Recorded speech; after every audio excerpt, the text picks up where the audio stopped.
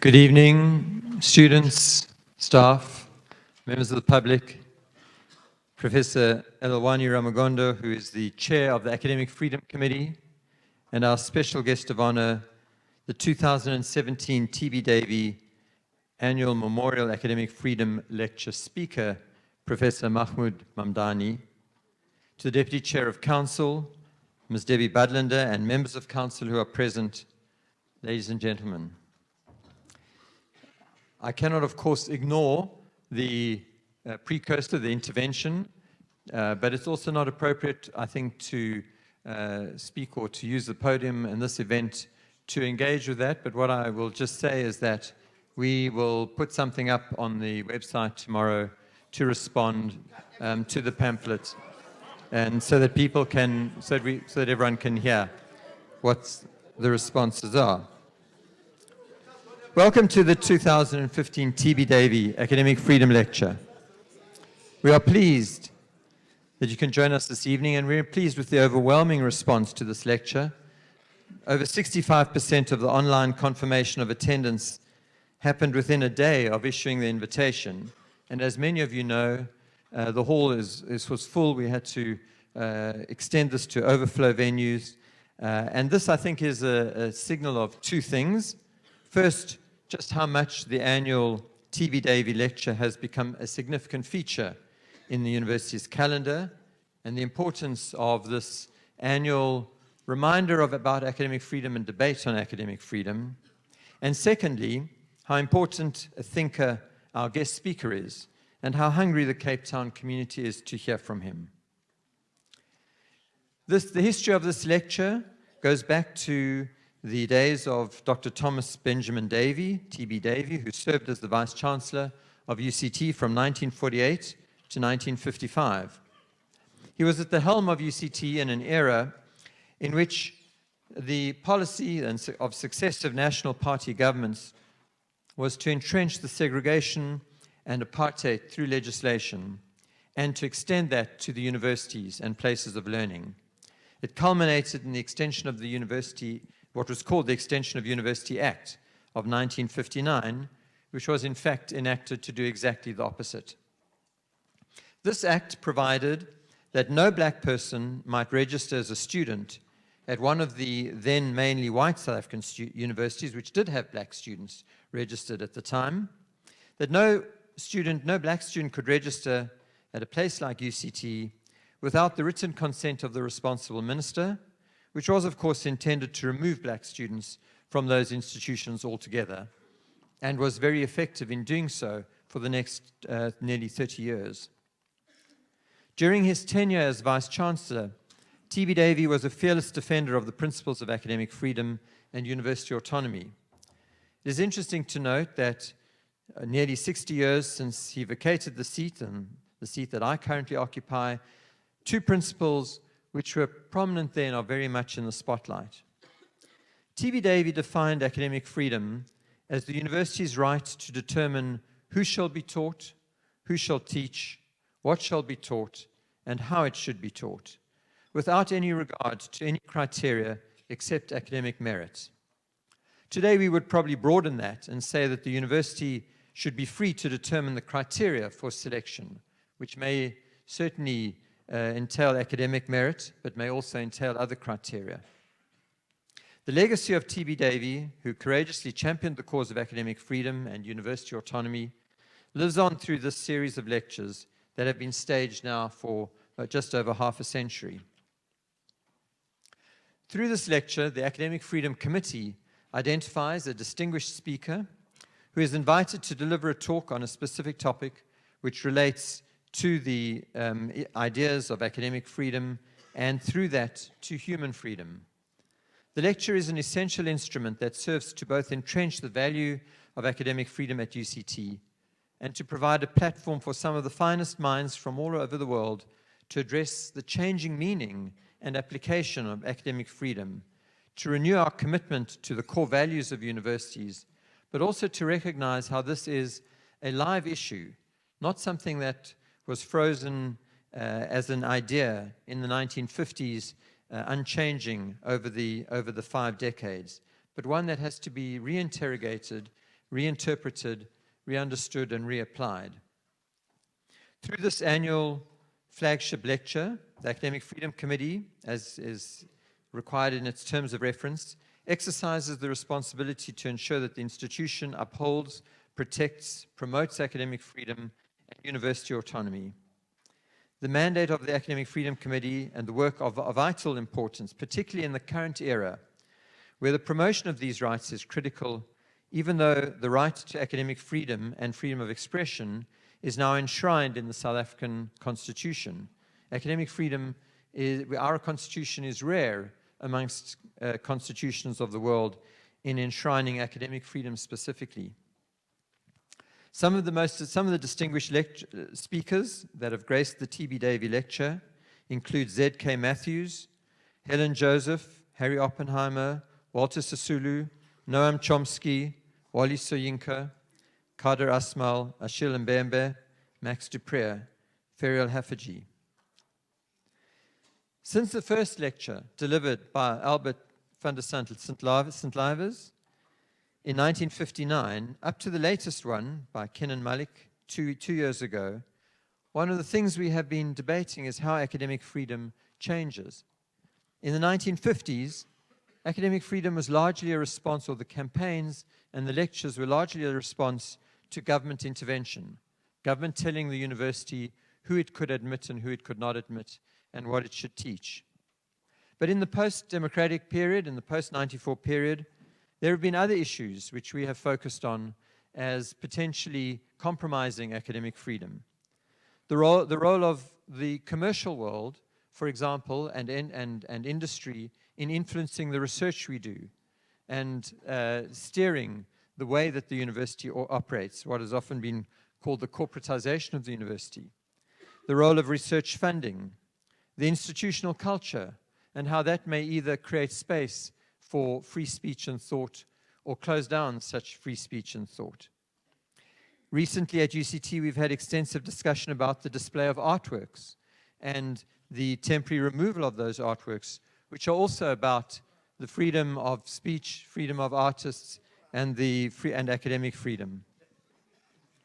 There have been different views on many of these issues, and that ultimately is what defines the university space, that we should be able to hear those views, express them, have fierce and robust discussions, and that the presence of those discussions is the indicator of how alive academic freedom is.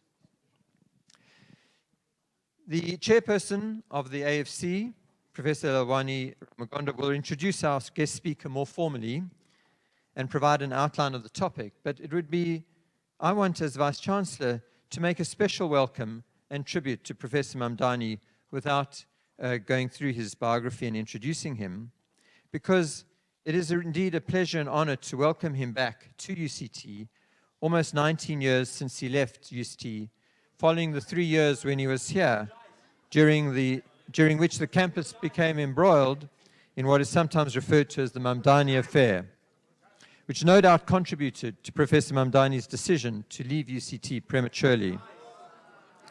It had everything to do with questions of defining African studies. Decolonize. Please let me speak. Please respect our rights to speak, Mr. It had everything to do with the questions of defining African studies, decolonizing curricula, academic freedom, to determine curricula and what is taught, all directly pertinent to the issues we are grappling with here today and which are the subject of the debate on academic freedom. I'd like to quote from a statement that the then Dean of Humanities, Professor Paula Enzer, made in 2011, which related to the restructuring of African studies at UCT and made reference to Professor Mamdani's time at UCT. She said as follows, and I'm quoting, Professor Mahmood Mamdani held the A.C. Jordan Chair at the Center for African Studies in the late 1990s, at the time that a foundation course was being prepared for the teaching of Africa to first-year students. A dispute arose between himself and other members of a curriculum planning committee about what should be taught on the course. University and faculty management attempted to resolve the dispute by suspending Mamdani from the planning committee, thereby effectively denying him the opportunity to contribute further to the course planning. Mamdani responded by insisting that a seminar be organized at which the different viewpoints could be debated by the university community. Mamdani made a dazzling presentation of his argument, which in my view, this is Professor Enza speaking, who was present, which in my view devastated that of his interlocutors. Many of us still remember this as one of the most exhilarating debates held at UCT, end quote. I believe this debate holds two crucial lessons for us in the present context. Firstly, that the use of administrative fiat to stifle intellectual debate has no place in a university setting. And secondly, that what it means to study Africa is fiercely contested, and the academic project as a whole can only flourish if all viewpoints are enabled to contend freely. With the benefit of almost 20 years of hindsight since Professor Mamdani was at UCT, it is important that we take the opportunity to learn from these historic moments and reflect. It is important that we consider the caliber of scholars that we may have lost, not only due to our country and our institutions' practices, but how we may have acted as individuals. As an institution, we are poorer for having lost academics of his caliber, and today's events and Professor Mamdani's presence here tonight at UCT, delivering this eponymous and prestigious lecture, provides a moment to acknowledge our history, to honor Professor Mamdani, to reflect on how we can navigate our complex and shifting university and country. I invite Professor Ramagonda to introduce the speaker.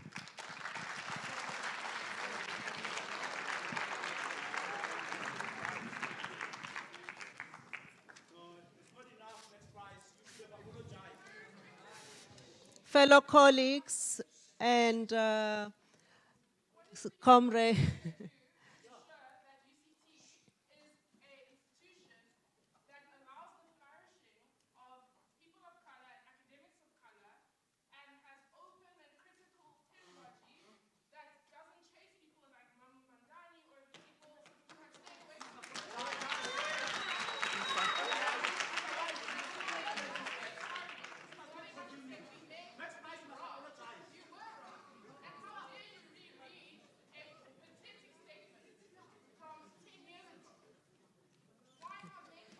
There's clearly a conversation we need to have following this. Kumani, allow me to invite our speaker to the podium, and let's give him time to engage questions that I know many of you are sitting with. And then as an institution, we need to take the conversation forward. But we can't do that without having listened to Mamdani, who we brought to speak to us tonight. So can I introduce him? Thank you. Fellow colleagues and scholars across generations, it gives me great honor and privilege to introduce Prof. Mamdani, an intellectual of international stature, one of Africa's most prominent decolonial scholars. Mahmood Mamdani's name featured prominently during the 2015 Rose Must Fall protests at the University of Cape Town, alongside those of Achi Mafeje and Amina Mama.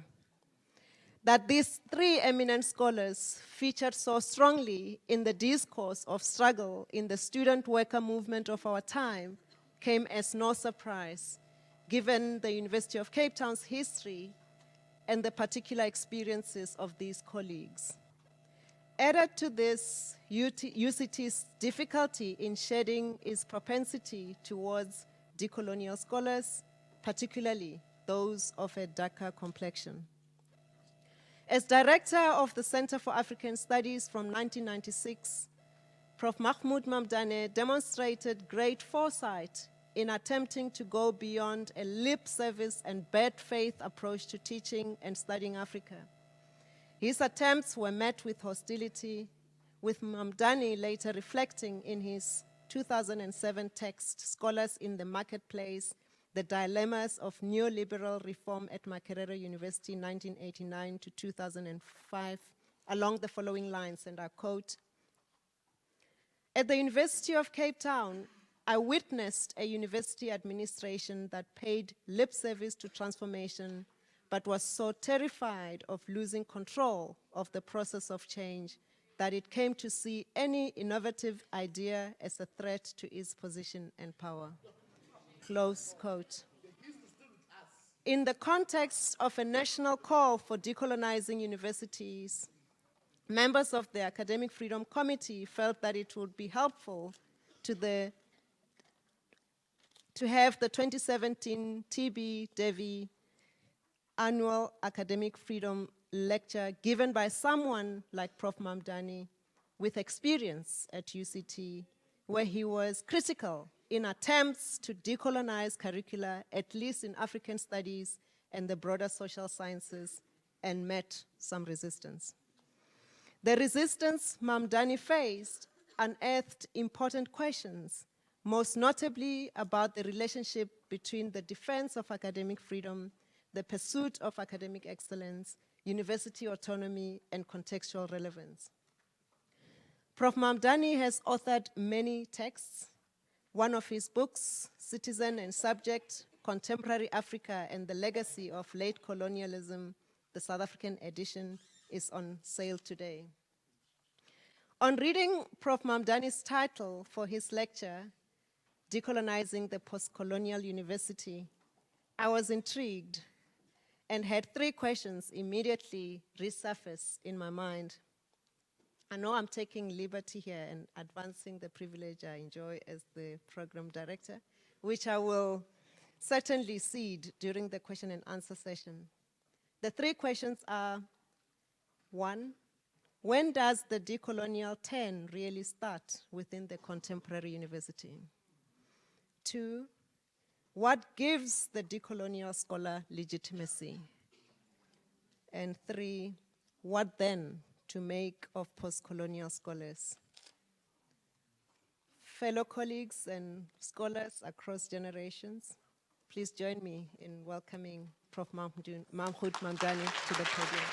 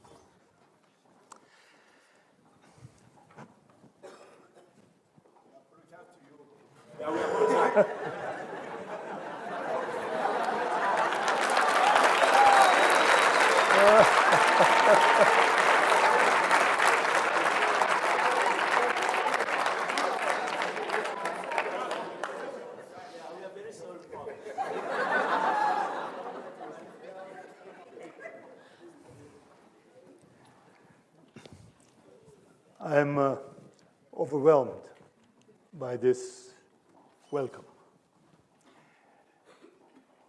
I hope we can have a discussion which justifies it. Somebody asked me, I think it was yesterday, said, you stayed away from UCT for 16 years. Why did you decide to come now? I said, because Rhodes fell.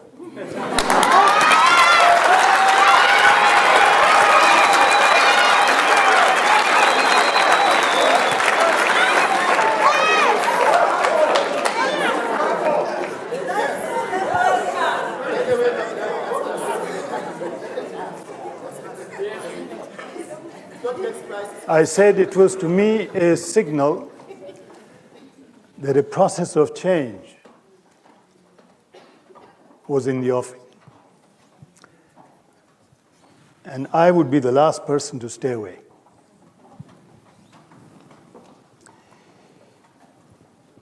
Over the last few weeks, I received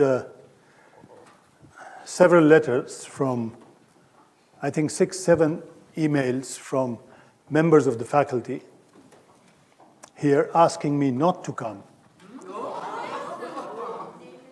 because they said the university had withdrawn a previous invitation to Mr. Rhodes Fleming, and I should not come until Mr. Fleming was asked back.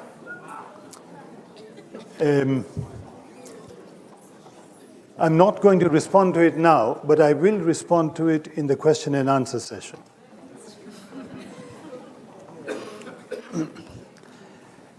I would like to begin with 2 introductory statements.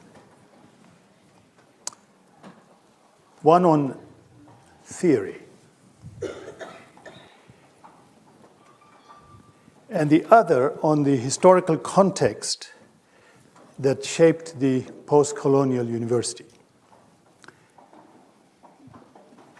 And then I will define the problem as I see it. First, theory. Theory is born of comparison. Comparison did not begin with colonialism, but it matures to its fullest in the colonial period.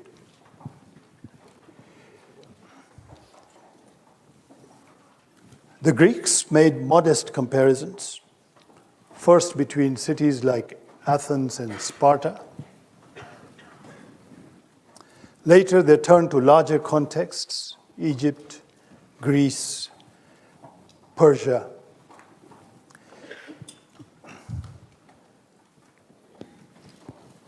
The Arabs and the Berbers made bigger comparisons. The great Berber historian Ibn Khaldun and the Arab traveler Ibn Battuta compared North and West Africa. Others compared Arabia and lands to the east. But the most comprehensive comparative work was carried out during the European colonial project. It is that work which is of concern to us today as we seek to define the problem of decolonization. With the European colonial project, classification became global. In the heyday of European expansion,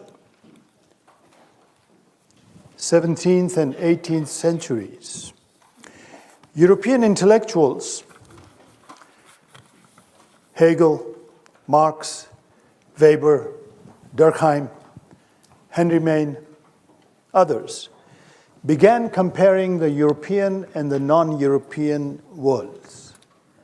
The question was always the same. What was and is so distinctive about the West? The production of knowledge begins with ordering phenomena.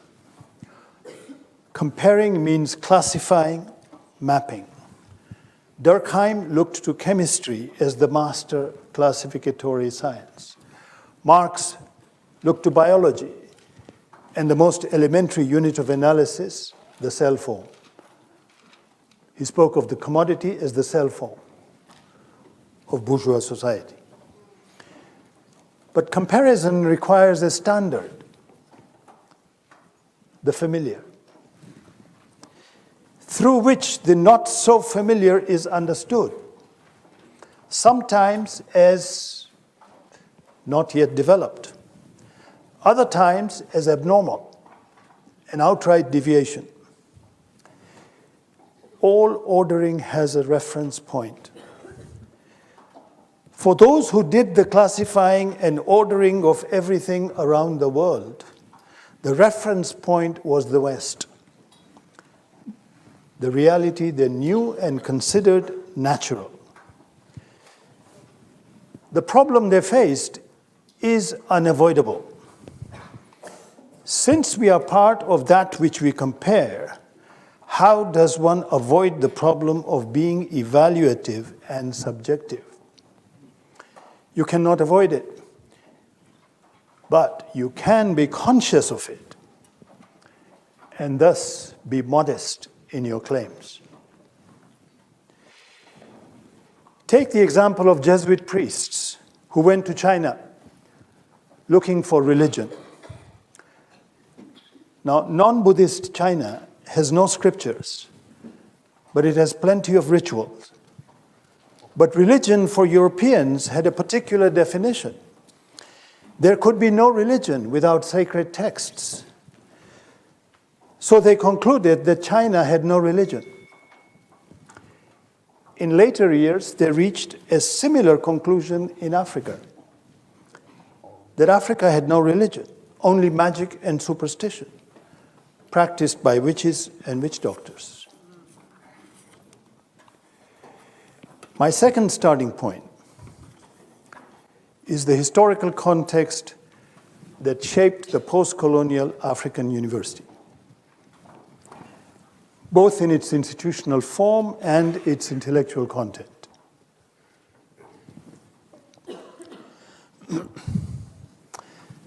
The institutional form of the modern African university is not African.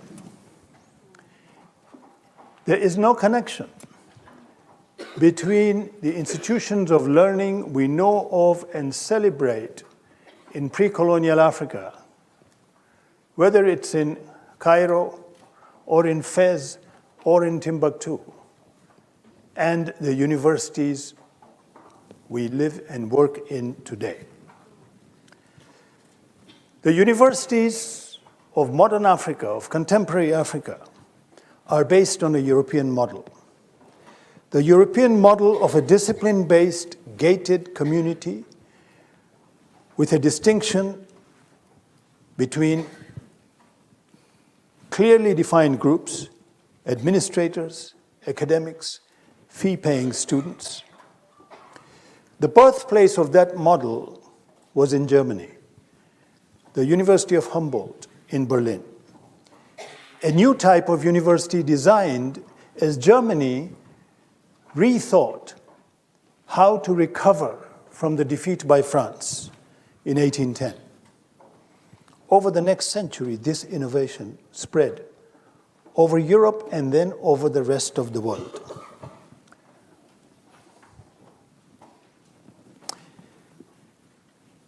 This is also true of the intellectual content of modern social sciences and humanities. Modern social science and humanities is basically a product of the Enlightenment experience in Europe. The European experience was the raw material from which was forged the category human. It's an abstract category, human. But no matter how abstract, it drew its meaning from actual struggles on the ground, both within Europe and outside Europe. Internally, that struggle was against the church. And the Renaissance intellectuals looked for a notion of human other than Christian. And they looked for a history older than that of the church. And they turned to pagan Greece and to imperial France. And they crafted these two experiences into a foundation for modern European civilization. Externally, it was a response to an entirely different set of circumstances. Not the changing vision of a self-reflexive and a self-revolutionizing Europe, but of a self-assertive, aggrandizing, conquering Europe, expanding across the globe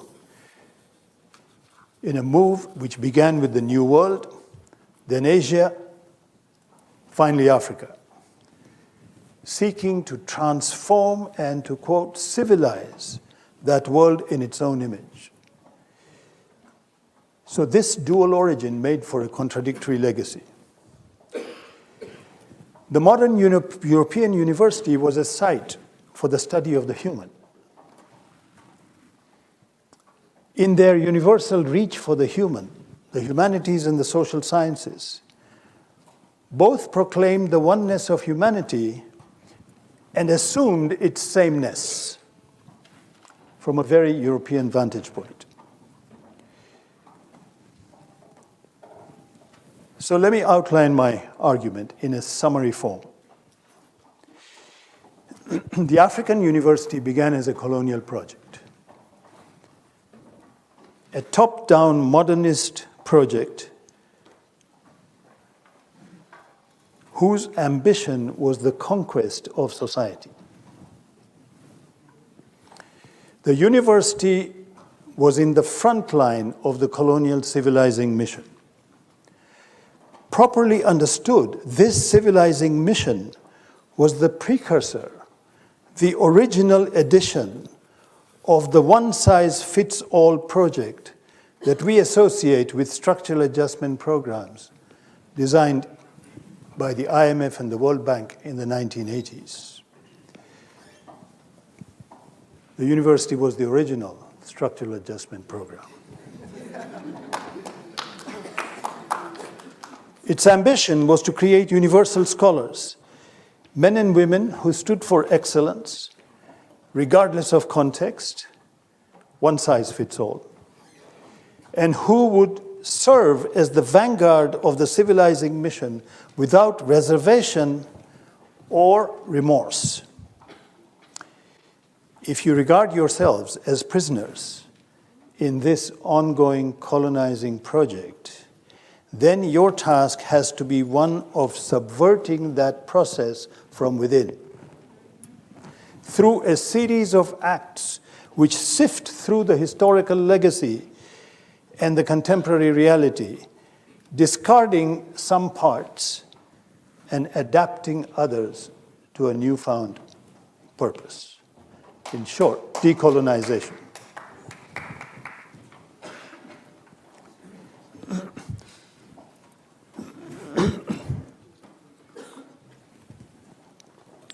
The first critical reflection on this colonial project took place in the nationalist movement. From the ranks of the nationalist movement emerged a different kind of intellectual, the public intellectual. If the hallmark of the global scholar was excellence, that of the public intellectual was relevance. Excellence was said to be universal, measured without regard to context. Relevance, however, was necessarily contextual, place-specific. Now let's see how the contest between the two unfolded in two East African contexts. The reform movement of the 1960s unfolded on two very different campuses. Makerere University, established in 1922, the paradigmatic colonial university in Eastern Africa, and the University of Dar es Salaam, established at independence in 1963, which soon emerged as the flag bearer of anti-colonial nationalism.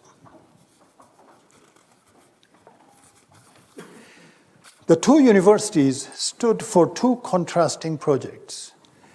The Colonial University as the turf of the universal scholar, and the Nationalist University as the home of the public intellectual. These contrasting visions were articulated by two different academics, Ali Mazrui and Walter Rodney. Mazrui called for a university true to its classic vision, as the home of the scholar, quote, fascinated by ideas. Rodney saw the university as the home of the public intellectual, a committed intellectual located in his or her time and place, and deeply engaged with the wider society. Now, one moral of the story I want to tell is that we resist the temptation to dismiss one side and embrace the other in an unqualified manner. However compelling, these contrasting visions were anchored in two equally one-sided notions of higher education: relevance and excellence. The challenge is how to bring the two together, not to choose between them. That's going to be my point. Each contains something of value. Does place matter, as Walter Rodney claimed, or do ideas matter, regardless of place, as Mazrui insisted? Obviously, place matters. If universities could be divorced from politics, if knowledge production can be immune from power relations, then place would not matter. But we know that that's not the case. At the same time, ideas also do matter. If they did not, why have a university at all? This is to say that politics is not everything. The debate began at Makerere University in the early 1960s, on the eve of state independence. The two sides to the debate lined up on familiar ground, one in defense of academic freedom, the other calling for justice.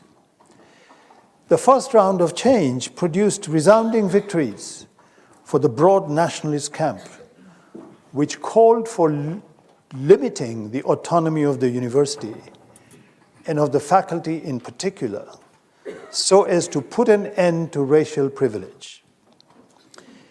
They said the university should be national not only in name, but also in appearance. Dismissing academic freedom as a code word in defense of the status quo, they called for state intervention in the name of justice. It did not take long for the terms of the debate to change, and dramatically so. With the emergence of the single-party regime, the university turned into an oasis where the practice of academic freedom allowed free political speech for those who disagreed with the ruling power. Instead of a defense of racial privilege, as at independence, many began to rethink academic freedom as the cutting edge of a critique of nationalist power. It is in this context that a new magazine was founded called Transition. It was a cross between a journal and a magazine. Its editor was Rajat Nyogi from Uganda. Those who wrote in this magazine included writers like James Baldwin, Langston Hughes, Nadim Gordimer, Chinua Achebe, politicians like Mwalimu Nyerere, Tom Mboya. In the main, however, Transition was a regional conversation.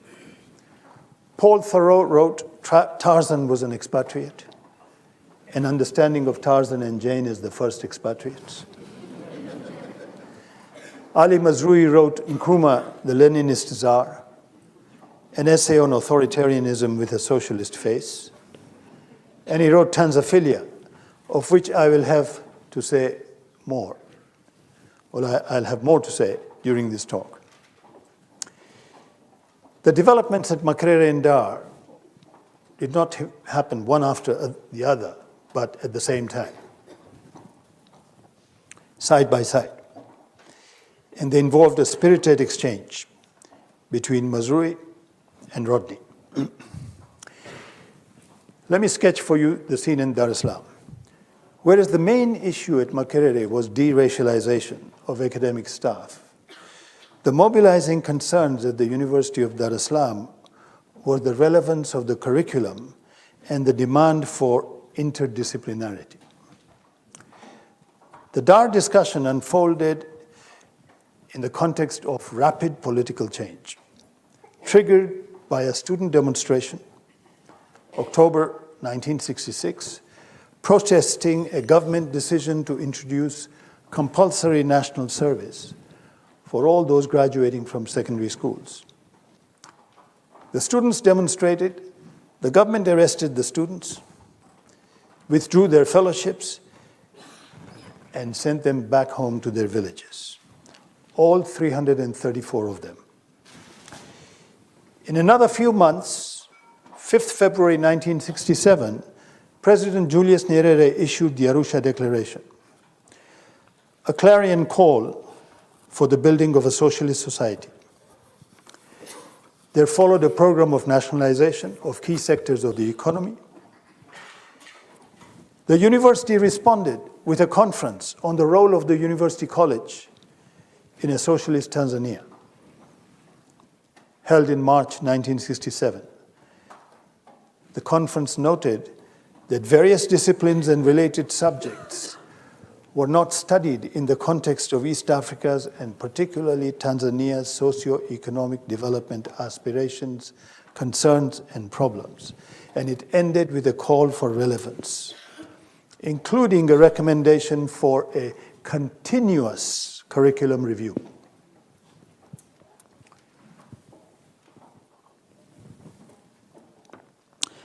There was difference of views amongst the academic staff. There were radicals, moderates, and conservatives.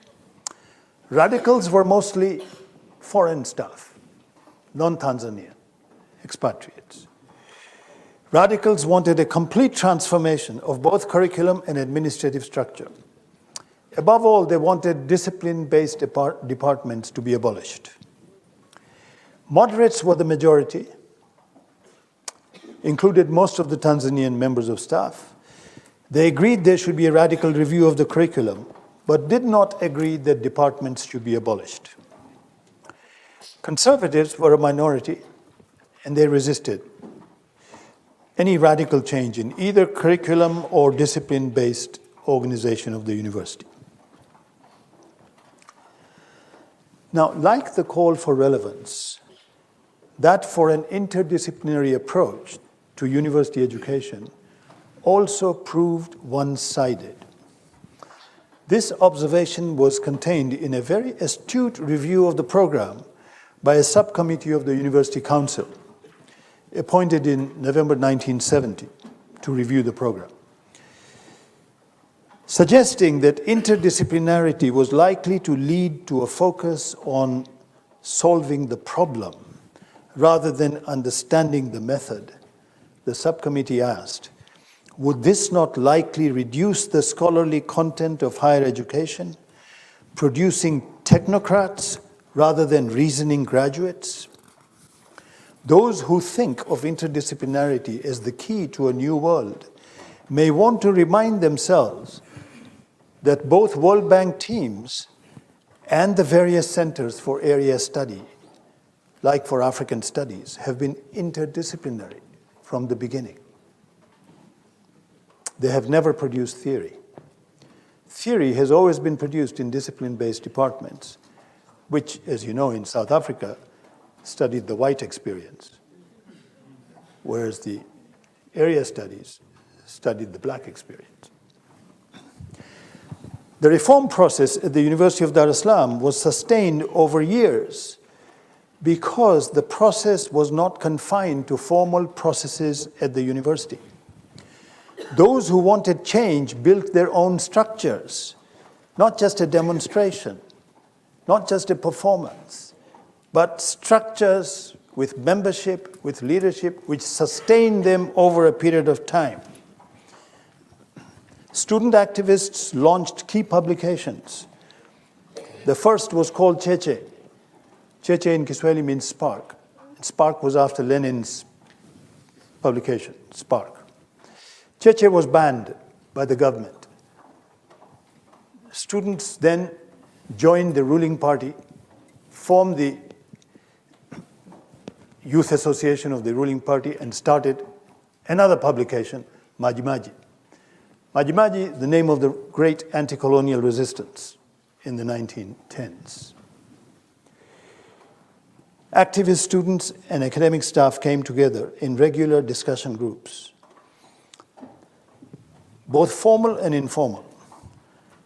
The formal one was known as the ideological class.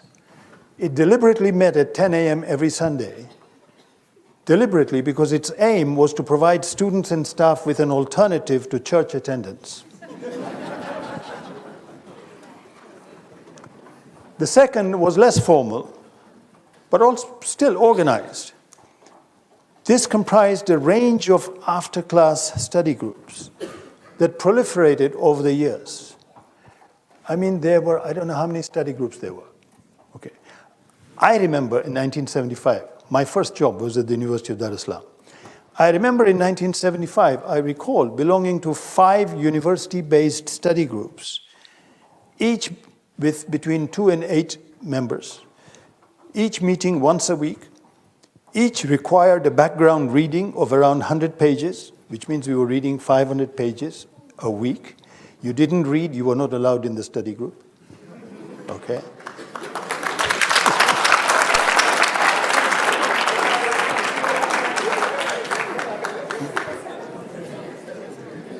The groups focused on 5 different themes.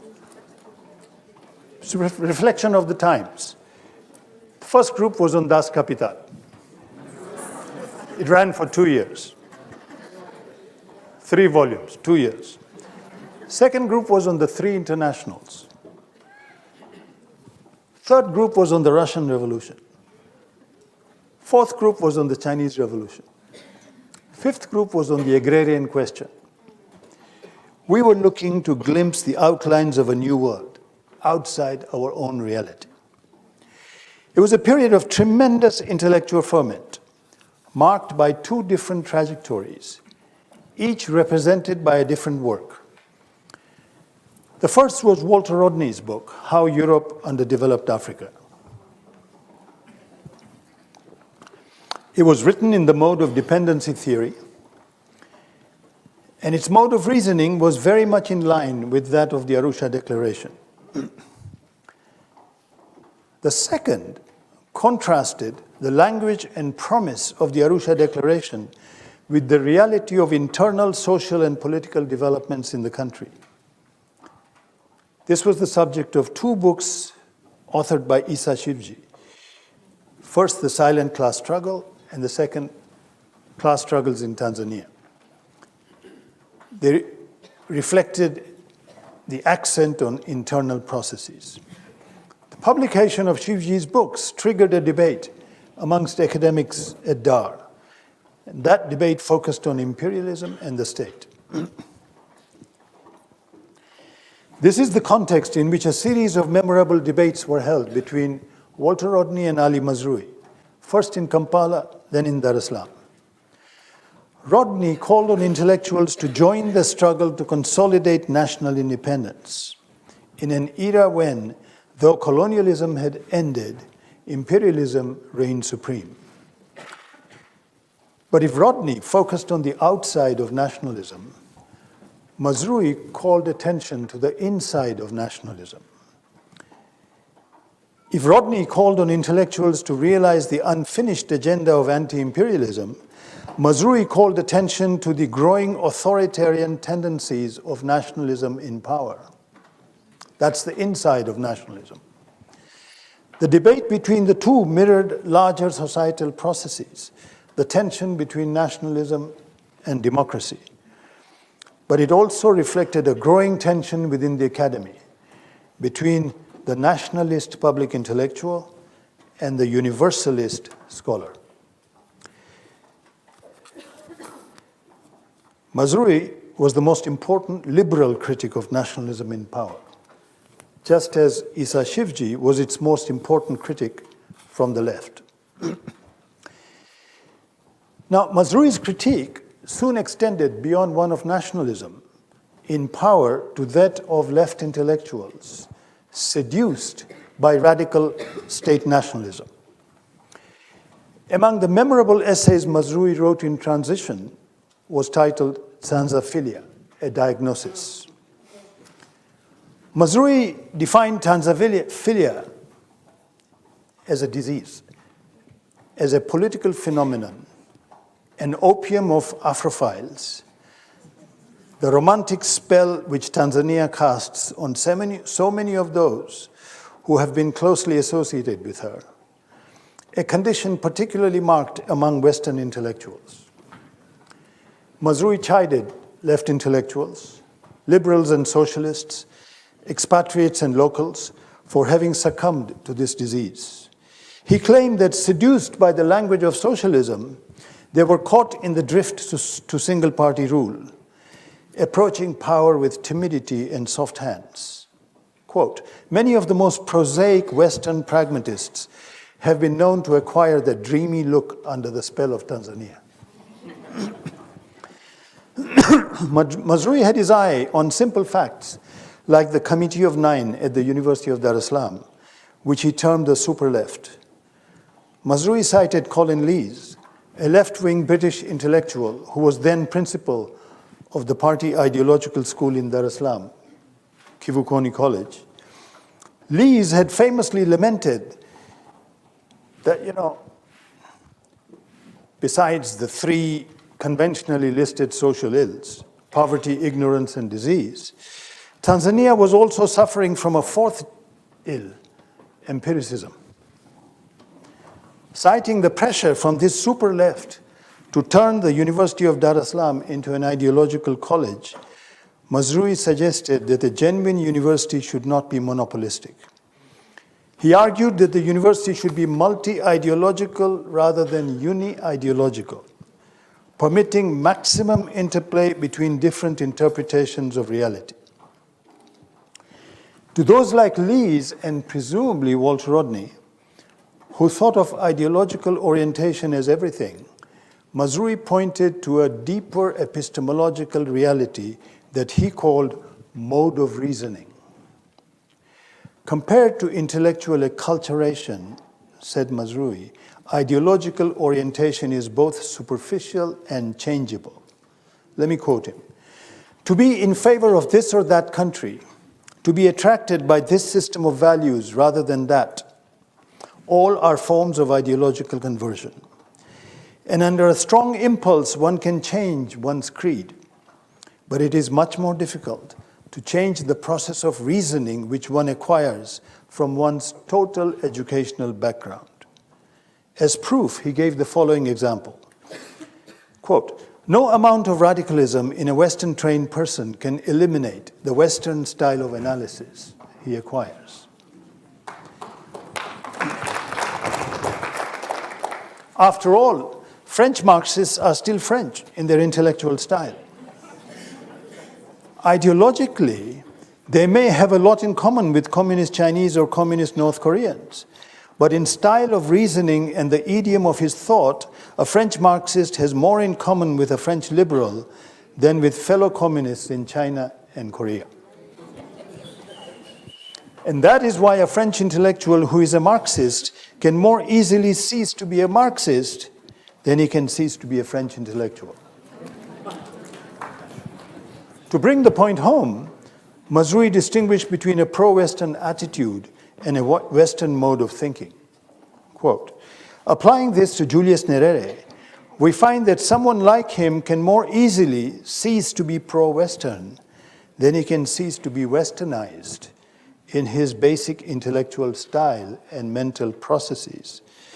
And it is the latter quality which has often captivated Afrophile Western intellectuals.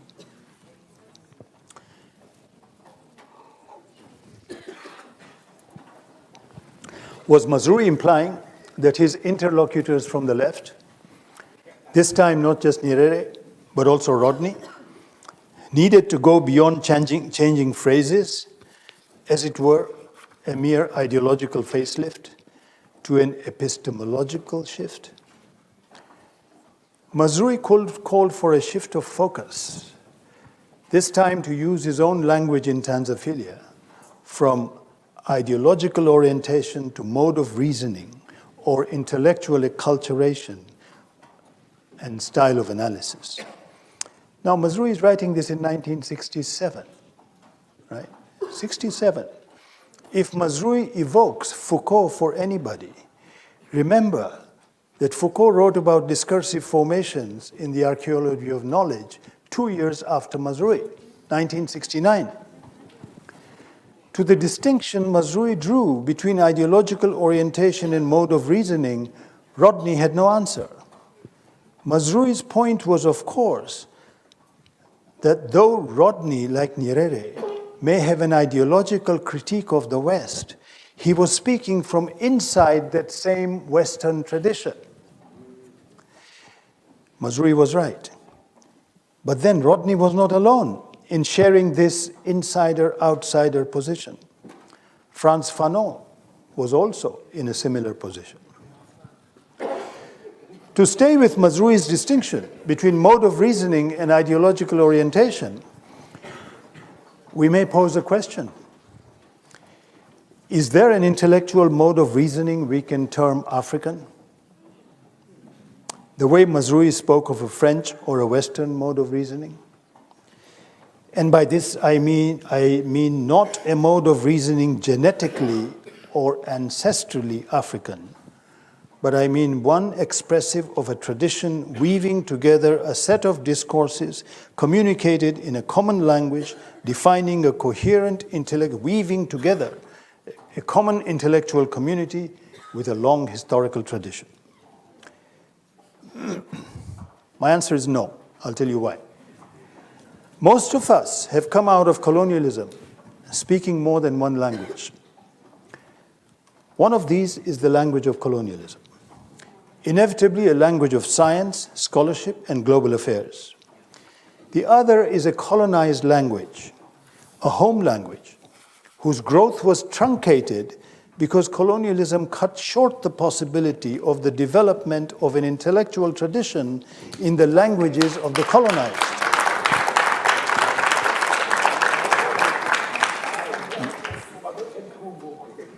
As a result, our home languages remain folkloric, shut out of the world of science and learning, high culture, law, and government.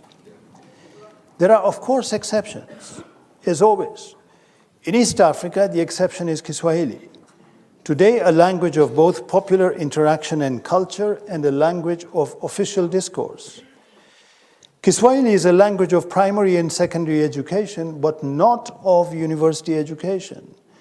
At the university level, Kiswahili functions more like a foreign language, with its own department of Kiswahili studies, Idara ya Taasisi ya Kiswahili. Not surprisingly, Kiswahili is also not the bearer of either a scientific or a scholarly tradition. In other words, the Tanzanian lesson is it didn't go far enough. Okay. The difference would become clear if you look at another example, that of Afrikaans. One needs to recall that Afrikaans, what used to be called Kitchen Dutch, developed from a folkloric language to be the bearer of an intellectual tradition in less than half a century. That development would not have been possible without a vast institutional network, ranging from schools and universities to newspapers, magazines, publishing houses, and more, all resourced through public funds. This vast affirmative action program lifted Afrikaans from a folkloric language to a language of science and scholarship, high culture, legal discourse, as I said, in the short span of half a century. It is no exaggeration to say that Afrikaans represents the most successful decolonizing initiative on the African continent.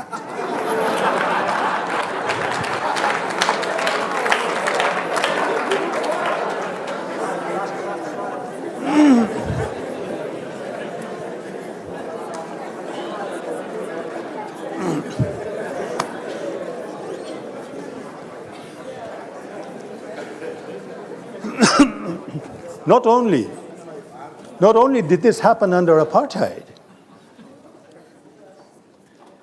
the great irony is that it was not emulated by the government of independent South Africa. Many think that the Afrikaans experience is not relevant because of the plurality of African languages, because it is said that this continent is plagued by extreme linguistic heterogeneity. There have been so many studies. Lord Haley in 1938 made a count of African languages. He said there are over 700. Grimes did his own count in 1996. He said there are over 2,000. Your count depends on the definition with which you work, how you define the difference between a language and a dialect. Let's turn to the neighborhood for a few examples. Is Arabic a single written language, Fusa, or is it a federation of multiple spoken dialects? Is Chinese a single written language, or is it a federation of different spoken dialects? The answer is both. Arabic is both a single written language and a family of a large number of spoken dialects. And the same goes for Chinese. And if state policy changed, the same would go for the Nguni languages and the Sotho languages in South Africa. Most of you, many of you, would know the work of Dr. Jacob Nhlapo, the editor of Bantu World in the 1940s and 50s, and his untiring campaign to develop two core languages out of the cluster of spoken vernaculars, Nguni and Sotho.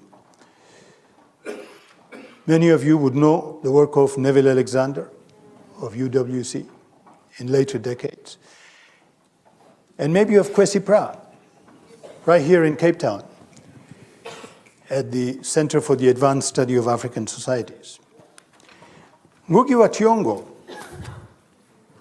who talks of the importance of decolonizing history, memory, and language, has argued that the starting point of decolonization is language, not geopolitics.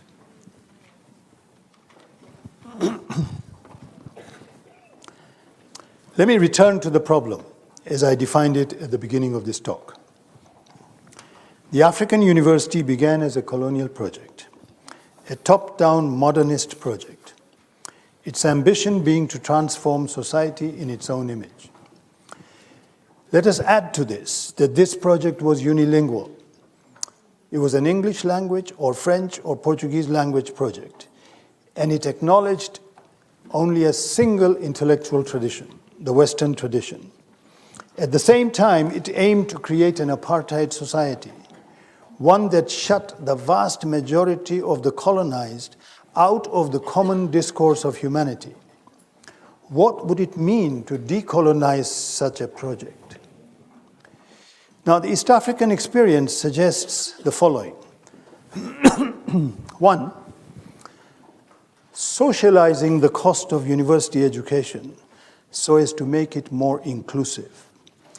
In every African country that I know, independence was followed by socializing the spending on health, education, housing, and so on. Didn't last long, but it lasted at least a decade. South Africa is the exception. When I came to UCT, 1996 to 1999, I was amazed that in the years that followed what I thought of as independence, fees were rising. To socialize education is to reduce fees, very simply.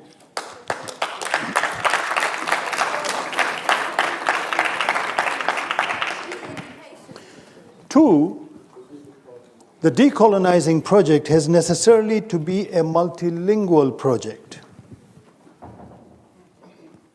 whose purpose should not only be to provide westernized education in multiple languages, but more than that, to provide the resources to nurture and develop non-Western intellectual traditions as living traditions living scholarly traditions with the capacity to sustain public and scholarly discourse. Now, that's a tall ambition, but it's doable. I know that many of you came to this talk, as somebody said at the beginning, hoping for some very practical, down-to-earth takeaway. Something like a response to the question, what can we do at UCT?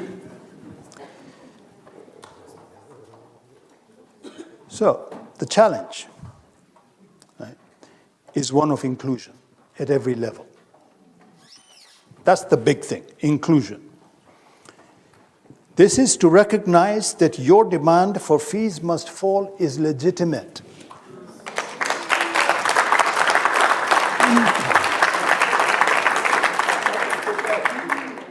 Don't give it up.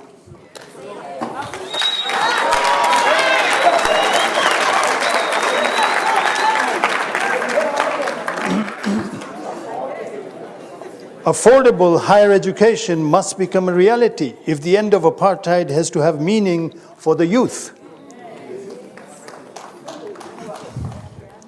Now, today we're talking of a narrow subject, relatively narrow subject, intellectual and academic.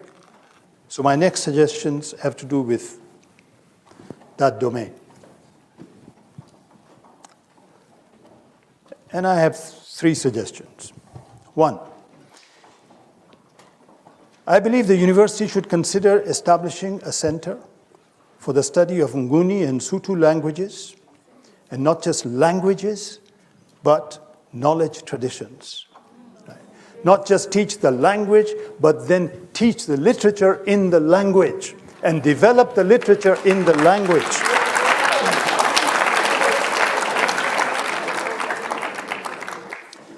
Second, the establishment of associated translation units which will translate the best of the literature, global, African, and South African, into these languages, thereby enriching these languages.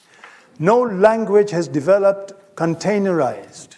Right? Every great language develops through borrowing and giving, through interchange.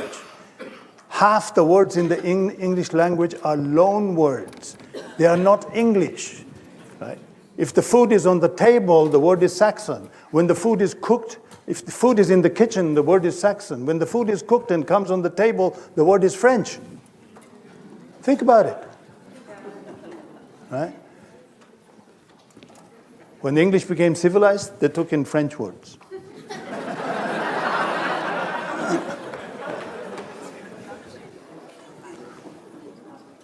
Three, to broaden your referential world, to get to know your neighborhood, to stop looking to only the West, the university should invest resources in developing academics units that can study and teach the non-Western intellectual tradition. Starting with non-Western languages, again, not just some fashionable product where 1, 2, 3 books translated into English are read. No. Right? A deep study, right? A deep study, the way the philologists studied.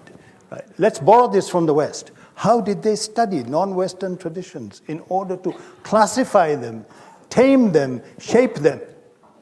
Right? They had to study them. Right? So let's learn from them. Theory cannot be developed without reference points. And our objective must be to develop new and multiple reference points. Give up the obsession of comparing with the West. The world is larger than we have known. The Sanskrit scholar Sheldon Pollack of Columbia University has fruitfully compared Indian and Chinese worlds. The Chinese scholar Quan-Ching Chen has written a book called Asia as a Method, calling for comparative studies across Asia. The Senegalese scholar Suleiman Bashir Dian wrote a book on the Urdu poet and philosopher Muhammad Iqbal. Let me conclude with 2 observations. 1, colonialism brought not only theory from the Western academy, but also the assumption that theory is produced in the West And the aim of the academy outside the West is to apply that theory. Its implication was radical. If the making of theory was a truly creative act in the West, its application in the colonies became the reverse, a turnkey project that did no more than operationalize theory. This was true on the left as well as on the right. Whether student efforts were going into the study of Marx and Foucault or the study of Weber and Huntington. One student after another learned theory as if learning a new language, some remarkably well, others not so well. As these latter stuttered in translation, they give us an idea of what is wrong with the notion that to be a student is to be a technician, whose learning stops with applying a theory produced elsewhere. The unfortunate outcome of such an endeavor is to produce high-cost caricatures, yet another group of mimic men and women for a new era. The alternative is to rethink our aspiration, not just to import theory from outside as another turnkey developmentalist project, but to aim differently and not just higher, which is to theorize our own reality. Second, the process of knowledge production is based on two distinct but related conversations, local and global. And this is what I meant when I said, let's not just one-sidedly embrace one side in that debate, Makerere Dar es Salaam. The scholar needs to balance two relationships in the process of knowledge production. One relationship is with the society at large, and the other is with the scholarly community globally. The local conversation is with different social forces, their needs, their demands, their capacities, their visions. The global conversation is the product of an ongoing global debate within and between disciplines, a debate where geopolitics is of little obvious relevance. The local conversation makes for a public intellectual who is very mindful of political boundaries. The global conversation calls for a scholar who is less cognizant of boundaries. Our challenge is to acknowledge that the public intellectual and the scholar are not two different persona, but two sides of a single quest for knowledge. As we pursue this, let us seek to bridge and close the gap between the public intellectual and the scholar.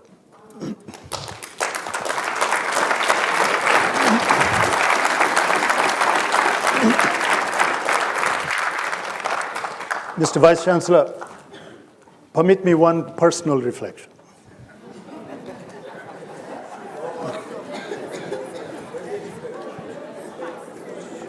I came here in 1996, full of excitement, wanting to learn and to contribute to the making of a new world.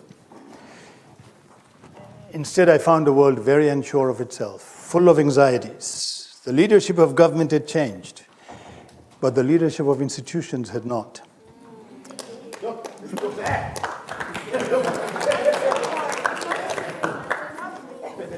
Instead of being receptive to change, the institutional leadership looked with distrust to every initiative for change, suspecting it of harboring a hidden subversive agenda. It felt lonely. In retrospect, though, it was a great learning experience. It was first at the University of Dar es Salaam, which was my first academic job, but then at UCT that I began to think of what it would mean to decolonize a university.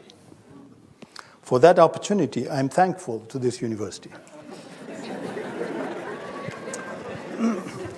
Mr. Vice-Chancellor, you are more than likely thinking of my three suggestions as to how impractical is my list, how much money it will cost. But this is not a time to think like an accountant.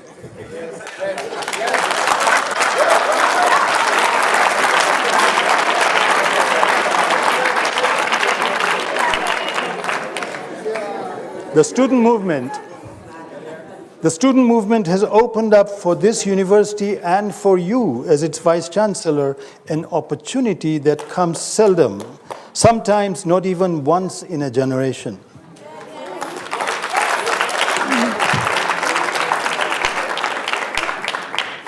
This is the opportunity to change direction from the outpost of a colonizing mission that UCT has been to the platform for a decolonizing project.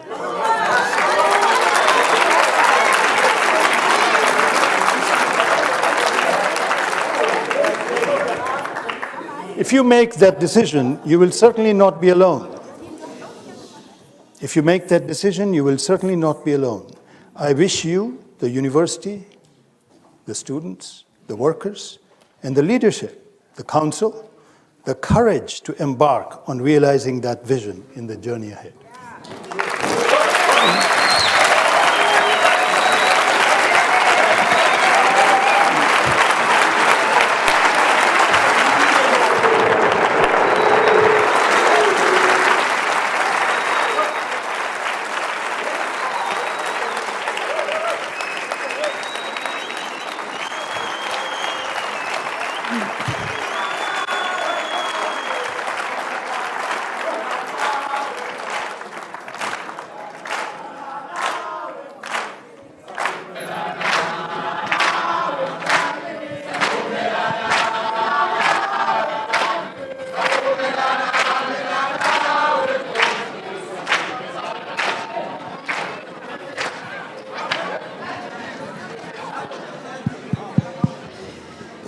Okay, as the song so suggests, we agree, we are in agreement.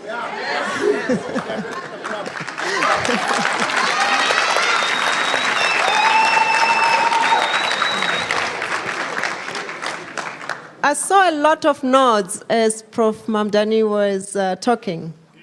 So are there still questions? I was just checking. It's a conversation. I've seen one hand this side, 3 this side, 4, 5.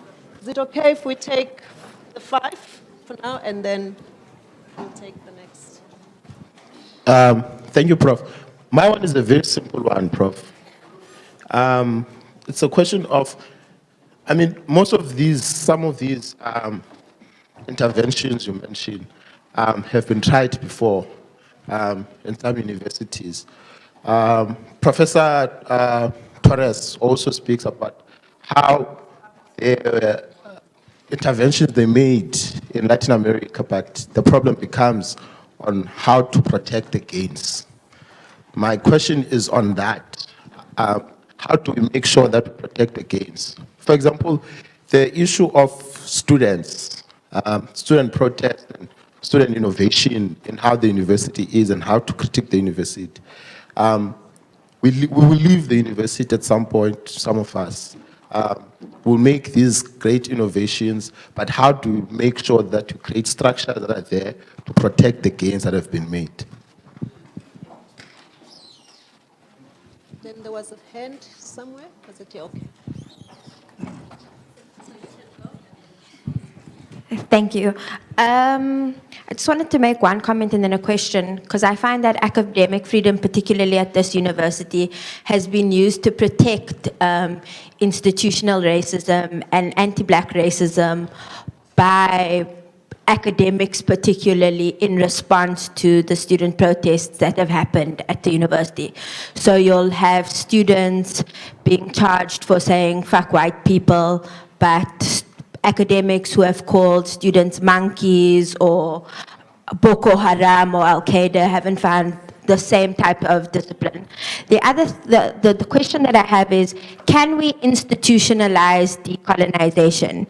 Can a university that represses the student movement calling for decolonization in very particular ways subsequently grant reforms institutionally without having students who are antagonizing the institution and the status quo?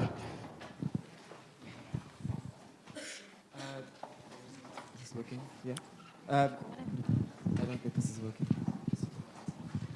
Thanks, Prof. I think I'm most intrigued by your conceptions of development. So you spoke about, can you hear me? You are intrigued by something? I'm intrigued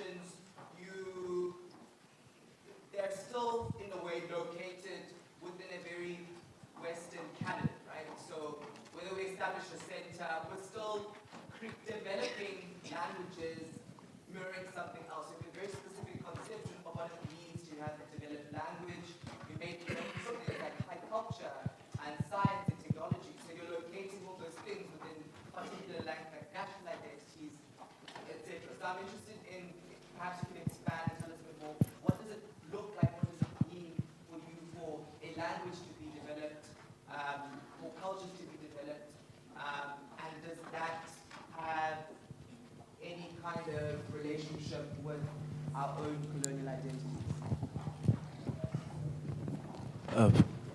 Thank you, Prof. I'm very much intrigued by the idea of sort of an African modernity. I ponder on that question.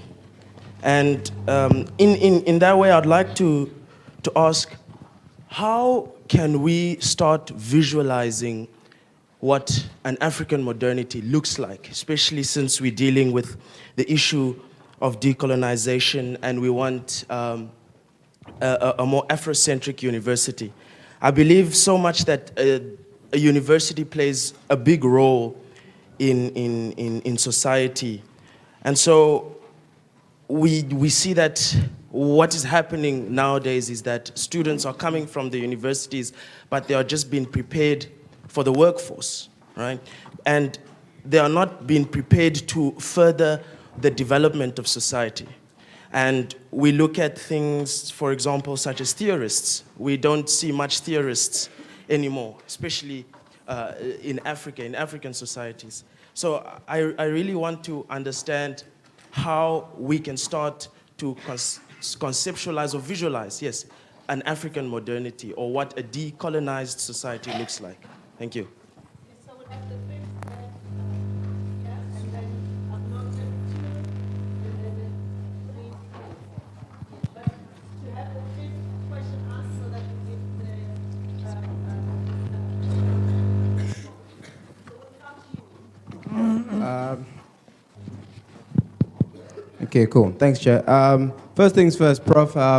Apologies on behalf of this university for what you suffered in 1996. White people are not apologetic. They're not apologetic about apartheid. They're not apologetic about anything. So on behalf of black people here, sorry for what you suffered in the hands of white people at that time. My question is twofold, right? We're speaking about decolonizing education in the context of academic freedom. One, you've already defined what Europeans did and that they went around the world and found nothing existing and written on paper and said that it doesn't exist, right?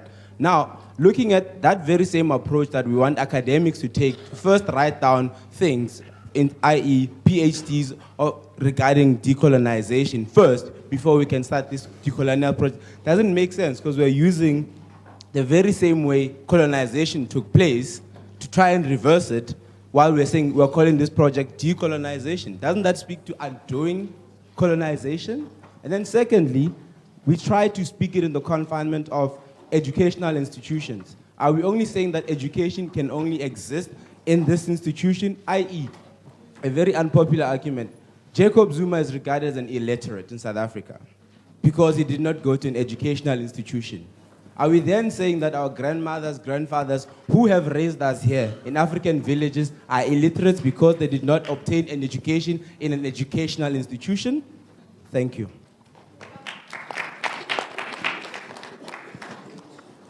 So we'll have a response first before we take the next step. And when do I respond to those people who wrote me the letter? After these responses? Okay.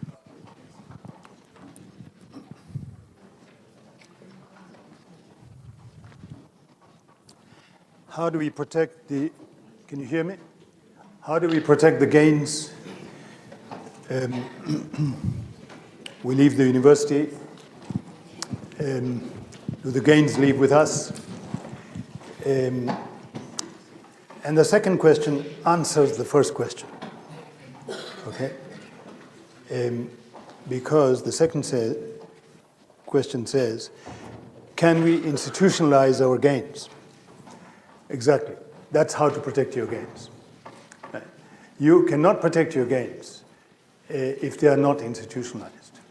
If you do not set up centers while you are here, if you do not get faculty employed, okay, if you do not build into the inertia of the university your gains, if they do not show in the annual tally of accounts and expenses, right, then you haven't institutionalized it, And it will be very difficult to protect it, because to protect it, you will have to maintain the same level of militancy, mobilization, which is not possible to maintain.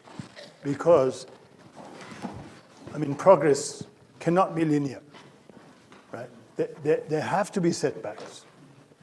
And the whole point of institutionalization will bring its own problems, but the whole point of institutionalization is the understanding that this is the minimum, that we have moved it from here to here. Okay, now it's another round of mobilization. Right? And I'm going to be fairly general in my responses, because I don't want to presume an understanding of the local situation that I don't have, okay, today.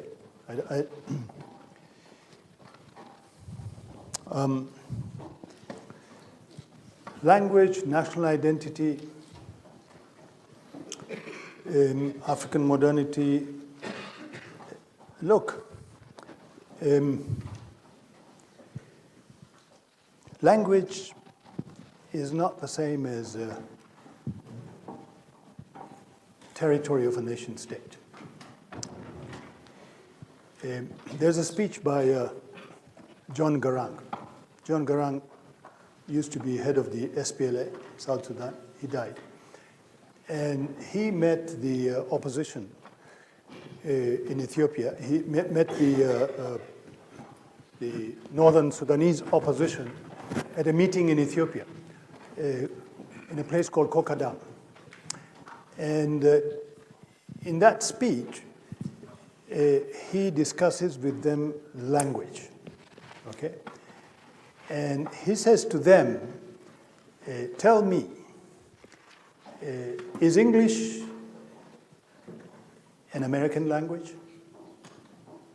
Is Spanish a Mexican language? Is Portuguese a Brazilian language? Right?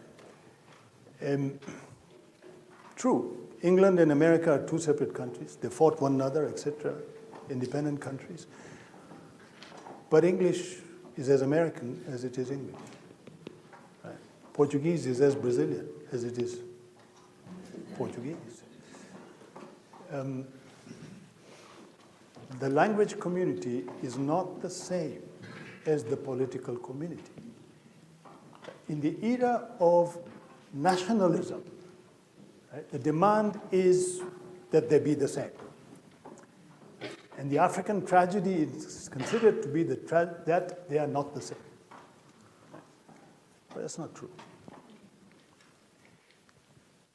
I want you to think of the period before colonialism. For about 1,000 years, from around 900 to 1900, you have the spread of written literature around the African coastal lands, north, west, south, east. That literature uses the Arabic script. Some of it is in the Arabic language, some of it is not. It's in local languages using the Arabic script. It's called Ajami. Shamil Jepi, who is here, has done all this work on Timbuktu.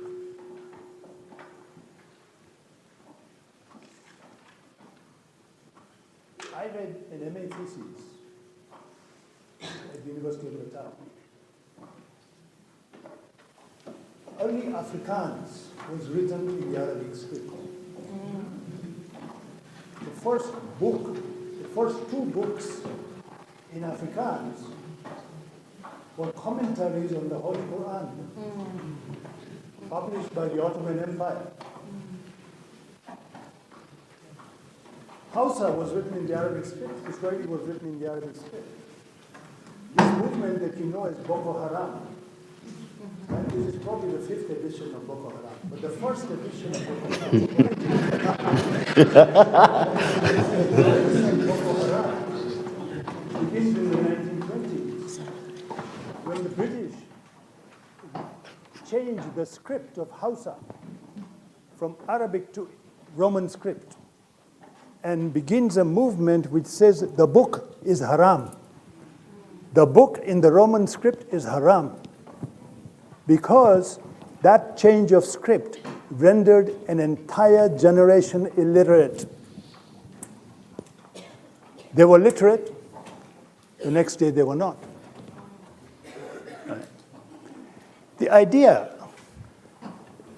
that literacy begins in this continent, I mean, it's a very common idea in African history, right? That Africa is an oral continent. It's nonsense. I mean, it's nonsense in the sense that if you look at the history of literacy globally, right, very small groups read. Most people could not read. There were no books. There were parchments and manuscripts, right? It's only a few hundred years ago that you begin the spread of printed material, right? And then you come to novels and newspapers and things like that, popular literature, right? But the history of an early cosmopolitanism, I would call it, lasting around 1,000 years, is a history we cannot forget. Now, when we ask questions like, what will an African modernity be like? I don't know. I don't know, but I'm saying that at least let us know the resources from which it could emerge. What it would be, I don't know.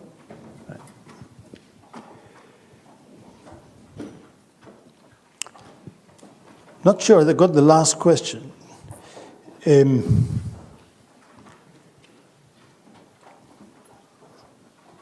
Is the question that, am I saying we should be doing what the colonial scholars did? Is that the question? There was a process followed by the school of colonialism, right, in how they existed and colonized it, right, which was through this institution saying that you are only educated once you have a stamp of approval in this place. So then I'm saying that I'm waiting for black academics to speak on the decolonial project once we've stamped them and said, okay, you meet the colonial standard being an academic, now you can start speaking to decolonization. That's the question. Well, in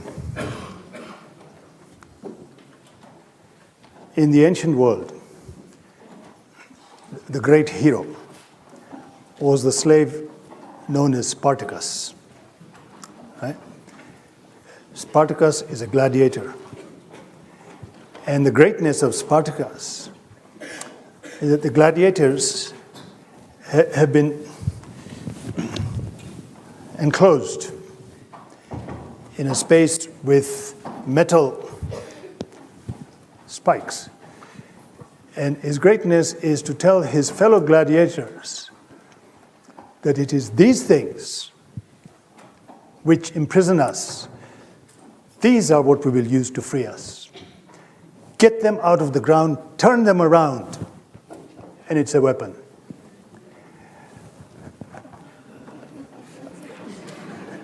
I mean, you don't throw away everything, man. You can't throw away everything. Otherwise, we'll have to start at the beginning. As I said, we have to sift, because look, I'll tell you, I'll give you another example. Where I teach at Makerere University, Makerere Institute of Social Research. So, for the semester essay in a course I teach, I tell students, you identify a text, right, which has been a seminal text in colonial scholarship, right? A text which has become the guiding light for subsequent generations of scholars. It's a referential text. You read that text, and the student has to be knowing the language of the society about which the text is written. That's one prerequisite.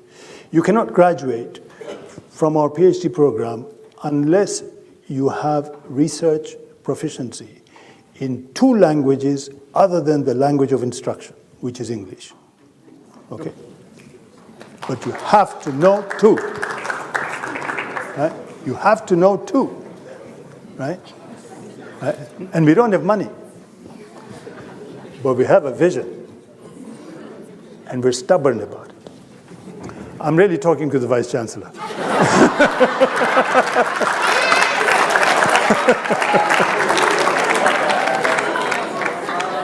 And so I tell the students that, look, you read this, and then you ask yourself, how is this author sifting through the information? What question is he using to decide what is relevant, what is not relevant? What categories is he or she utilizing to validate certain information and invalidate other information? And then I say to them, okay, now you use the same information and give me a different narrative. That's decolonization. Right? Okay, I asked permission to read my response to those people who had sent me letters on Fleming Rose. And I would like to read it.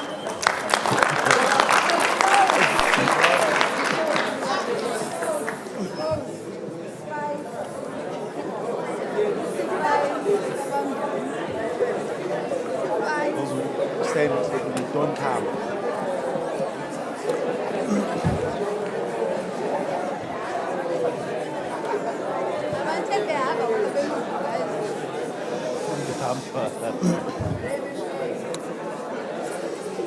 Since some of the UCT faculty made the effort to write to me, I have prepared a response. It is well known that the Danish paper, which published the cartoons of Prophet Muhammad, was earlier offered cartoons of Jesus Christ. But the paper declined to print these on grounds that it would offend its Christian readers. That, in my view, exhibited good sense. But that good sense was not extended to the paper's Muslim readers. Why not? The answer came from the German writer Günter Grass, just a few weeks after the Danish cartoons were published. Interviewed in a Portuguese weekly news magazine, Visão, Günter Grass said the Danish cartoons reminded him of anti-Semitic cartoons in a German magazine, Der Stürmer. The story was carried in a New York Times piece, February 17, 2006, which added that the publisher of Der Stürmer was tried at Nuremberg and executed. Now, why would a magazine publisher be executed for publishing cartoons, and that too by a court claiming to be defending freedom, including the freedom of speech? One of the subjects I work on is the Rwanda genocide. Many of you would know that the International Tribunal in Arusha pinned criminal responsibility for the genocide not just on those who executed it, but also on those who imagined it, including intellectuals, artists, and journalists, as in RTMC. The Rwandan trials are the latest to bring out the dark side, the underbelly of free speech, its instrumentalization to frame a minority and present it for target practice. I wonder if the UCT professors who have been agitating in defense of Mr. Rose Fleming's right of free speech would extend that same freedom to the editor of Der Stürmer and the artists associated with the Rwandan genocide. If they have the guts, the courage, they should, if they are here, they should stand up and answer the question. Yes.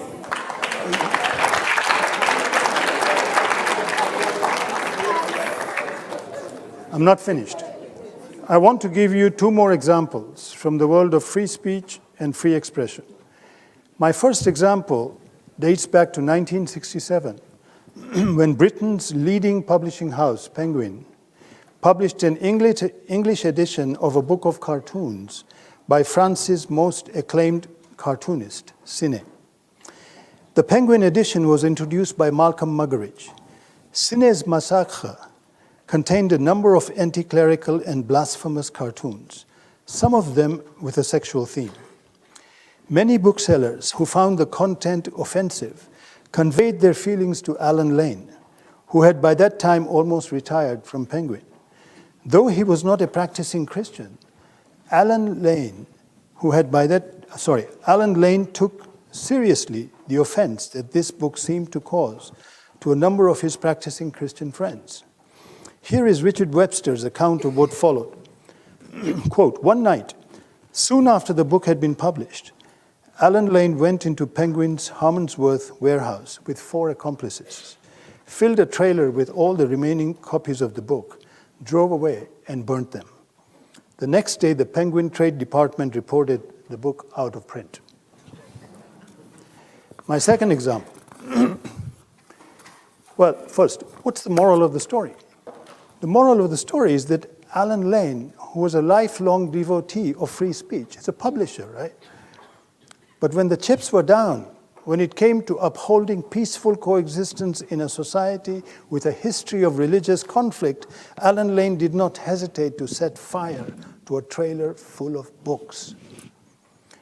Now, my second example is from the United States, and maybe therefore closer to home for those South Africans whose sensibilities have been shaped by settler colonialism. It concerns a radio show called Amos and Andy that began on WMAQ radio station in Chicago on 19th March 1928, and eventually became the longest-running radio program in broadcast history. Amos and Andy was conceived by 2 white actors who mimicked black characters. Who mimicked the so-called Negro dialect to portray 2 black characters, Amos Jones and Andy Brown. The longest-running show in the history of radio broadcast in the US, Amos and Andy gradually moved from radio to television, graduating to become primetime television in 1951 and became a syndicated show 1953. Now, every year, the NAACP would protest against the racist character of this show. The NAACP said the show should be taken off the air because it reinforced the prejudice that Negroes are inferior, lazy, dumb, and dishonest, and that every character in the all-black show is either a clown or a crook, and that all Negroes are shown as dodging work of any kind. But CBS disagreed. There's a CBS website on Amos and Andy, and if you go there, you will see CBS says that these people, these Negroes, will collectively learn to lighten up, not get so bent out of shape, and learn to laugh at ourselves a little more. The TV show ran for 15 years, 1951 to 1965. Every year the NAACP protested, every year the show continued. Then, without explanation, CBS withdrew the show in 1965. What happened in 65? Watts riots. CBS withdrew Amos and Andy after the long, hot summer of 1965. The compelling argument the NAACP and other civil rights groups could not make was made by the inarticulate, illiterate, rioters of Watts. The lesson of this story is that the Watts riots taught CBS a lesson in how to recognize bigotry. CBS learned that there was a difference between black people laughing at themselves and white people laughing at black people. Fleming Rose should have the right of free speech, whether at UCT, Makerere, or at Columbia. The right of free speech is a democratic right, but there is no democratic right to give the Academic Freedom Lecture at UCT. It's not a right, it's an honor, and Mr. Fleming does not deserve that honor. There's a parallel between CBS withdrawing a racist show and UCT withdrawing an invitation to an Islamophobic writer. In both cases, the withdrawal was a concession to organized popular pressure. I congratulate the UCT administration for learning the lesson in time.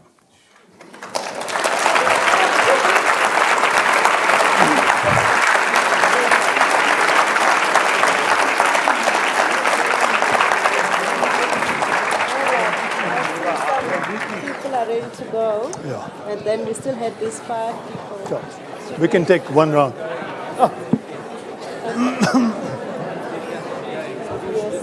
All right.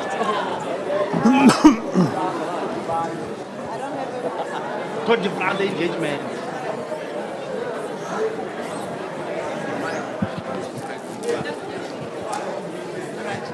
We're just giving those who are desperate to get home an opportunity to walk out of the hall. I had noted 3 hands, and I think it would be treacherous to not give you an opportunity to speak. But, sorry. I really have to mind time, and I'm really sorry that I can't honor all the hands that are up. You had your hand up very long ago, and Kumani, I've noted you, and the lady there, the mic. Yeah.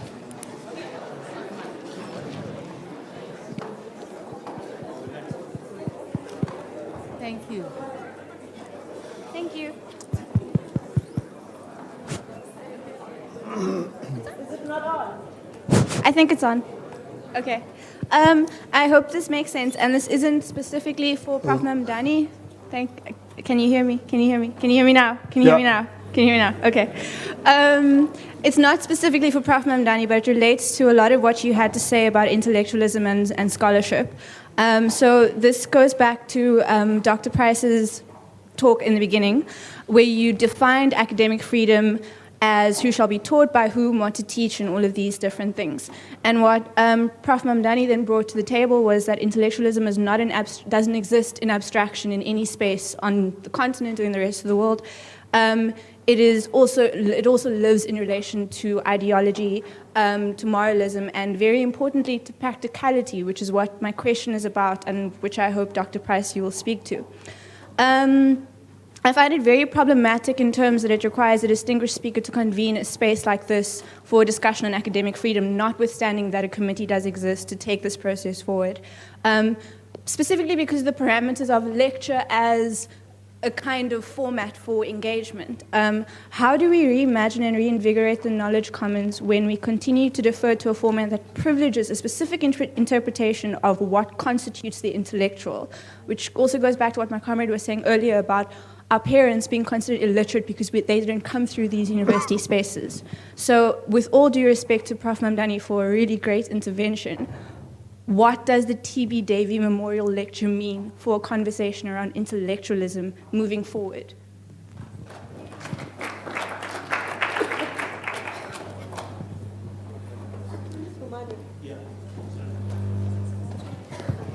Hello. Thanks, Prof. Mamdani. I think if we are to be honest, there's no way we can have an intellectual debate at UCT when we have Dr. Price protecting white racists in the characters of David Banata, and then Jeremy Sikings and Natras, the wife and the husband, white wife and the husband in sociology department, whom tried to force a black professor, in fact, question Professor Mangu what to do, how to do, why to do it. And then for me, the institutional racism, which Dr. Price, to this day, has not apologized about and for, that white people committed against black people in this university. And it is not surprising that Dr. Price will not apologize to you, will wait for another 40 years as they did to A.C. Jordan, another many years as they did to Mafeche, to apologize and acknowledge the institutional and the systematic and personal racism that black people suffer in the hands of white people.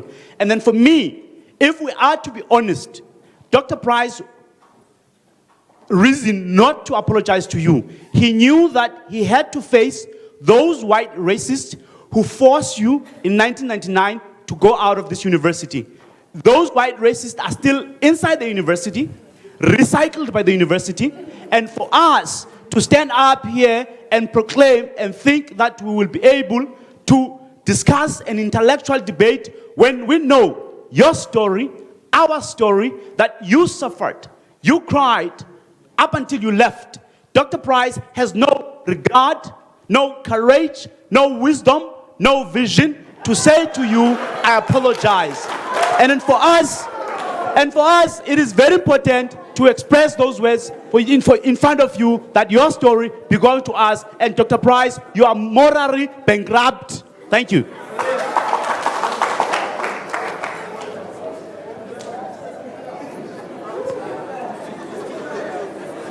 Hello, can you hear me? Can you hear me? You can't hear me? Okay. Hi. Thank you, and thank you, Professor. I have two questions. My first question, well, I would like to know your thoughts on gender and the difference between ideological positioning and mode of reasoning. Second question, I'd also like to know your thoughts on Pan-Africanism. Can we decolonize and be patriotic to borders we did not create? And lastly, my name is Akwal Garang Dimabur. I'll be very happy to go and tell my mother that this is the first time my father's name was mentioned in a lecture. Thank you.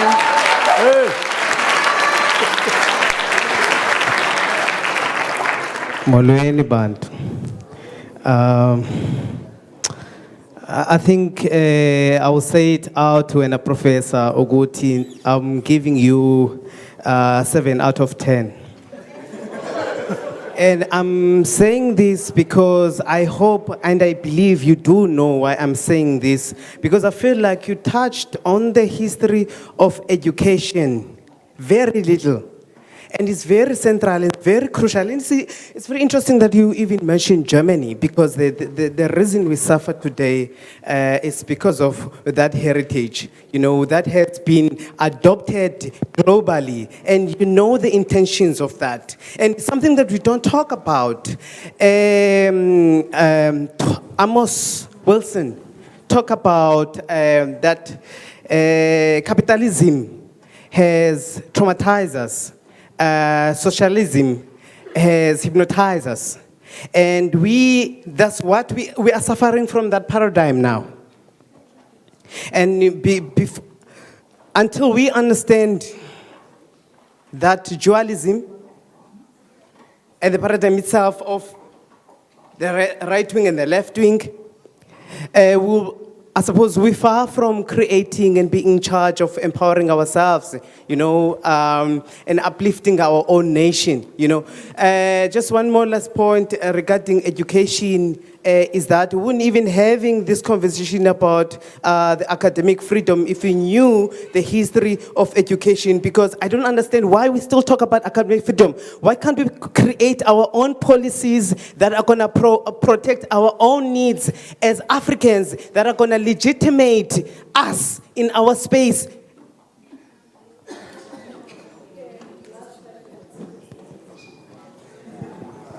Thank you very much. Thank you very much, Professor Mamdani. I thank Mr. Makerere for his article in the Sunday Independent. I did not know that there's a lecture going on. I live in the outskirts of the city. And it's really in reference to that article that I want to make my comments. He painted the picture of the struggles of black academics here at the university, starting with A.C. Jordan, through Makerere and yourself, and then mention himself with his own struggles and his comrades' struggles in the present times. What I wondered about, and in fact there are several other scholars who are not mentioned who were on the receiving end of these articles at UCT. But the point I want to make, and the question to you is, here are the scholars that Mr. Makerere mentions, and they are accomplished scholars. You are one such accomplished scholars. We're proud, we are excited that you kind of elevate blackness to the level of intellectual knowledge. What is the message that you might pass on to the current generation of activists regarding the capacity for knowledge production? Your talk started with theory and ended with the idea of not so much the conflict, but how to integrate, on the one hand, public intellectual and scholarly global knowledge.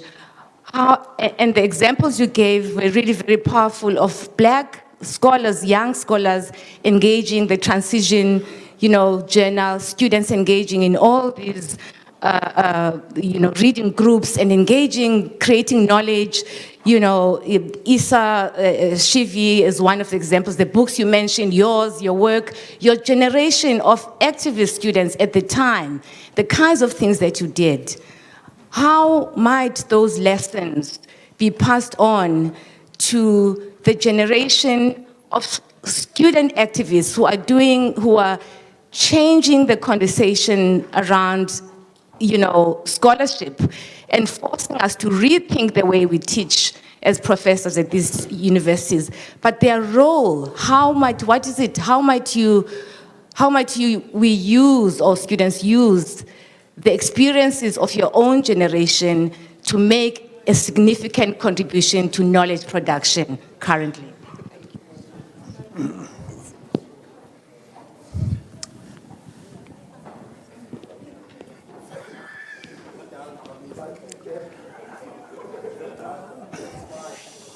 I believe the first two questions are for the Vice-Chancellor, not for me.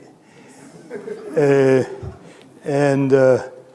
believe the Vice-Chancellor is not going away anywhere. He's on this campus. I'll be going away, so I'll answer the questions asked to me. The question about gender and Pan-Africanism. Yeah, okay.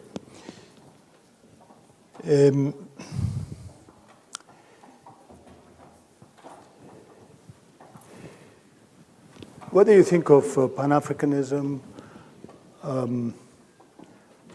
or you think of, well, let's say, think of Pan-Africanism,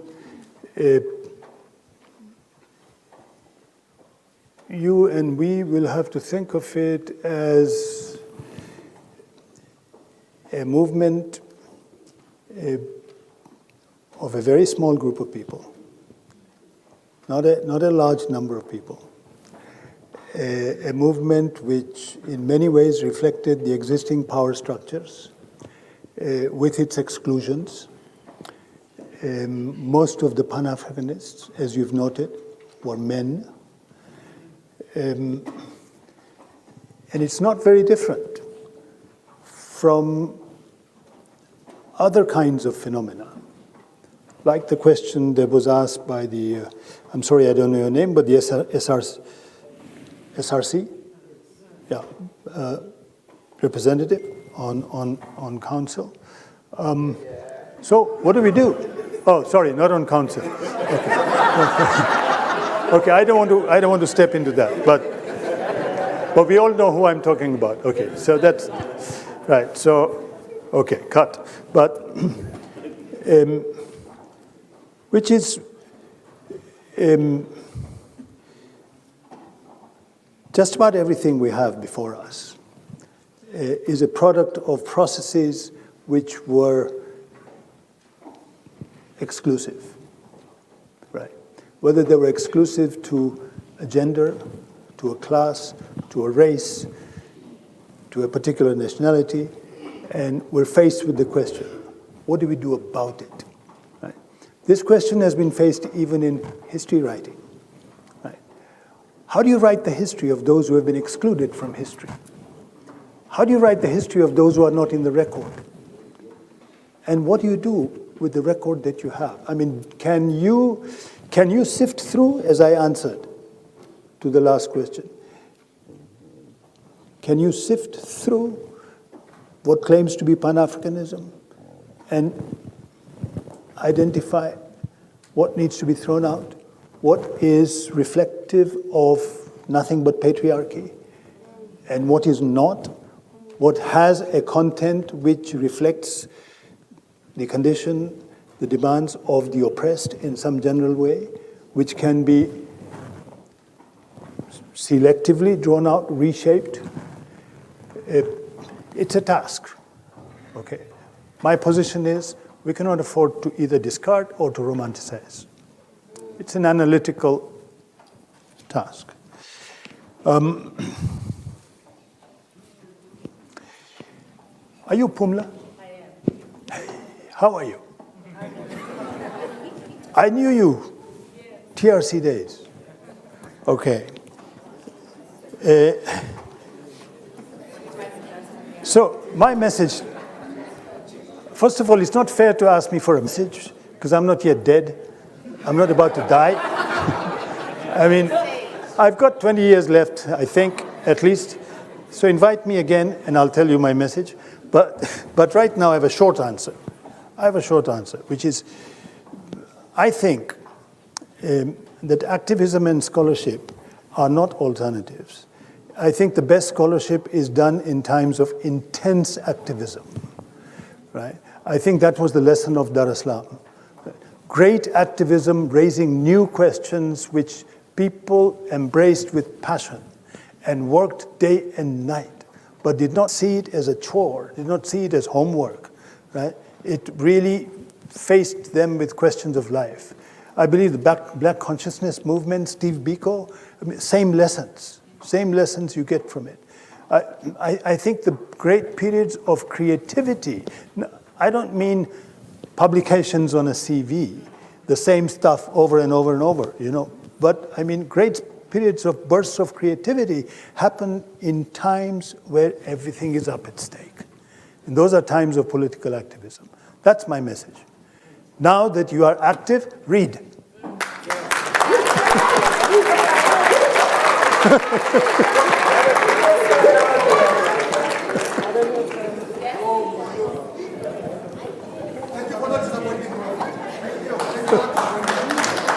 I know there are many people who are upset because they didn't get to ask their questions, but it is late. It's fine, right? We've got the message, right? Now